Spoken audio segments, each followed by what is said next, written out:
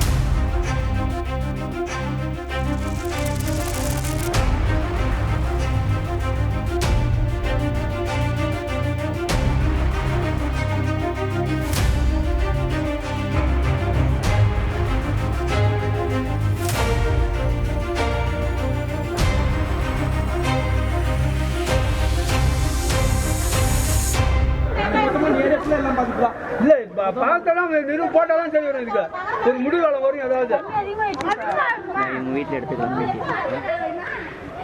எங்க போனாலும் போட்டோம். கட்சி நான் பேசுறேன். எந்த அதிகாரம் இருந்தாலும் சரி கேட்கிறேன். ஒரு கணேசன் ரொம்ப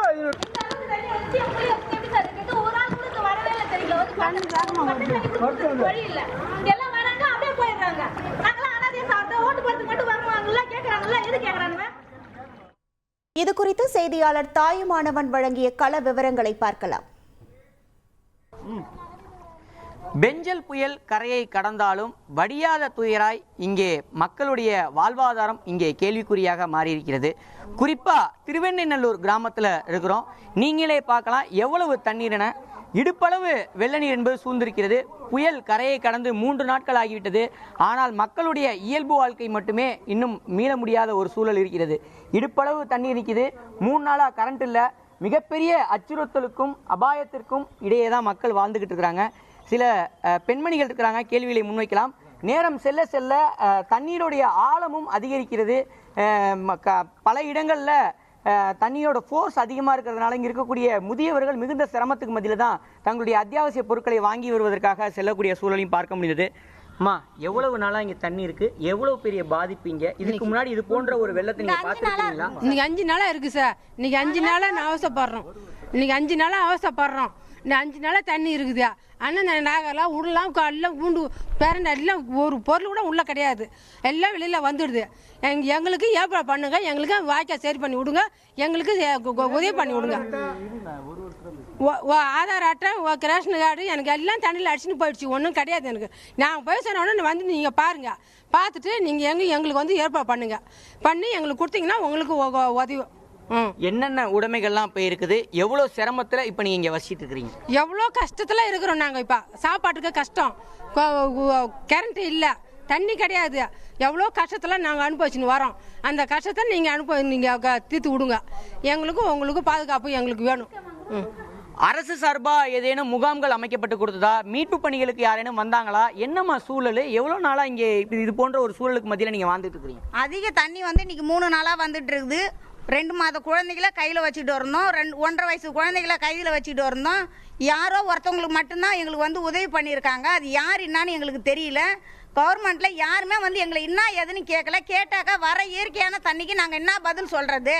நீங்கள் வந்து சேஃபாக இருந்துக்க வேண்டியதானே எங்களை வந்து கேள்விக்குறிக்க ஆளாகியிருக்கிறாங்க. நாங்கள் வந்து எந்த பொருளும் எடுக்கல. ஒரு அடை கூட எடுக்கவே இல்லை. நாங்கள் கட்டிக்கிறதுக்காக எந்த ஒரு துணியும் எடுக்கலை. இன்றைக்கி வந்து ஒரு பால் பாக்கெட்டுக்கு ஒரு 1/4 கிலோ சர்க்கரைக்கு நாங்கள் வந்து இவ்வளோ கஷ்டப்படுறோம். நீங்க சொல்லுங்கம்மா, அரசு சார்பா ஏதேனும் நடவடிக்கை எடுத்தாங்களா? இதுக்கு முன்னாடி இது போன்ற வெள்ளம் வரும்ன்றதை உங்களுக்கு இன்ஃபார்ம் பண்ணியிருந்தாங்களா? தாழ்வான பகுதியா இருக்குது, எந்த அளவுக்கு இங்க ஒரு பாதிப்பு இருக்குது, வேற ஏதேனும் செய்தி நிறுவனங்கள் ஏதேனும் செய்தி சேகரிக்க வந்தாங்களா? உங்களோட கஷ்டத்தை பதிவு பண்ணாங்களா? எங்களுக்கு யாரும் வரவே இல்லை சார். நாங்கள் எல்லாமே இங்கே தான் இருந்தோமே. தண்ணி வரும்னு யாரும் அறிவிக்கவும் கிடையாது, ஒன்றும் கிடையாது. எங்களுக்கு எந்த உதவியும் செய்யவும் கிடையாது. இது வரலும் நான் வந்து 11 வருஷம் ஆகுது கல்யாணம் ஆகி. இது வரலும் ஒரு நாள் கூட தூர் வாதவே இல்லை. அது பின்னாடி வாக்கியா இருக்கு. எதுவுமே பண்ணவே இல்லை எங்களுக்காக. எந்த உதவியும் இது வரலும் யாரும் வந்து செய்யவே இல்லை. நாங்களா வெளியில போய் நாங்களா இங்கே ஏதாவது வாங்கிட்டு வந்து வீட்டில் சமைச்சிட்டு இருக்கோம். குழந்தை இருக்கு, உள்ள பாம்பு இருக்கு, பள்ளி எல்லாமே இருக்கு. பிள்ளைங்களை கடிக்குது. என்ன பண்றதுன்னு எங்களுக்கு தெரியல. எங்களுக்கு ஒரு வழி சொல்லுங்க சார். வேற எதுவும் தேவையில்லை எங்களுக்கு. நீங்க தான் சொல்லணும். அரசு சார்பா முகாம்கள் அமைக்கப்பட்டதா சொன்னாங்க. முகாம்கள்ல ஏமா தங்கல? எங்களுக்கு வந்து சொல்லலை யாருமே. இது வரலையும் சொல்லவே இல்லை. இங்கே தங்குங்கன்னு ஒரு வார்த்தை கூட இங்கே வந்து சொல்லவே இல்லை. சொல்லாமல் நாங்கள் எங்கே போகிறது சார்? இந்த வீட்டுக்குள்ளே தான் இருந்தோமே. நாங்கள் தண்ணிக்குள்ளே தான் இருந்தோம். நைட்டு ஃபுல்லாக தண்ணிக்குள்ளே தான் இருந்தோம். ஃபுல்லாக எங்களுக்கு முழுவிடுச்சு. வீடு ஃபுல்லாக தலைகீழாக இருக்குது. உள்ள எதுவுமே எங்களால் பண்ண முடியல. நீங்கள் தான் ஏதாவது பதில் சொல்லணும் சார் எங்களுக்கு.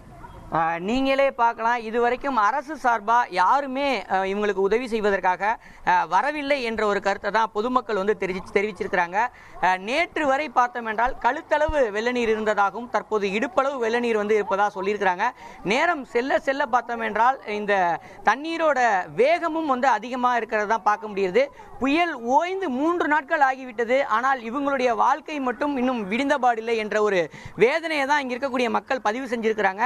500க்கும் மேற்பட்ட குடியிருப்புகள் இங்கே இருக்கிறது. 500 குடியிருப்புகளும் இதே நிலைமை தான். இடுப்பளவு வெள்ள நீர் இதில் தான் தத்தளிச்சிட்டு இருக்கிறாங்க இந்த கிராம மக்கள். உங்கள் தந்தி ஒன் தொலைக்காட்சியில் கருடா தினமும் காலை 6 மணிக்கு காண தவறாதீர்கள்.